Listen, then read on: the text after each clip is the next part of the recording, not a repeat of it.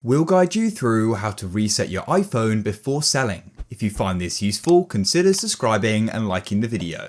It's important that you properly reset your phone before going and selling it, so let's go and get started. First of all, make sure you've got backed up your phone so you can then go and use the data on a new phone potentially.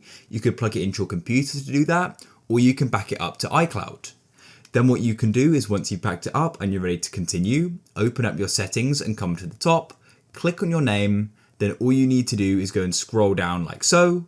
If you want to go and back up, you can go into iCloud and do some stuff in there, but we're continuing now. So once you've finished and you're ready to start the reset process, click on sign out at the bottom and you can then go and enter in your password. You can choose if you want to keep a copy of the data on your iPhone. I'm not going to, as I'm going to go and reset it. So I'll click on sign out in the top right. After you've signed out, you'll be brought back to the main settings page here. And then what we can do is go and scroll down until you see the option for general and click there.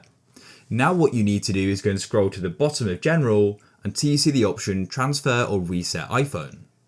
Click there and come to the bottom of your screen and then click on erase all content and settings like so.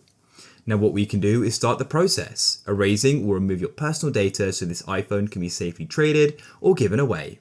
And then what you can do is just follow these steps now. The steps are super easy to follow and they're literally step by step. So press continue and click on erase iPhone and continue. If you found this useful, then please leave a like.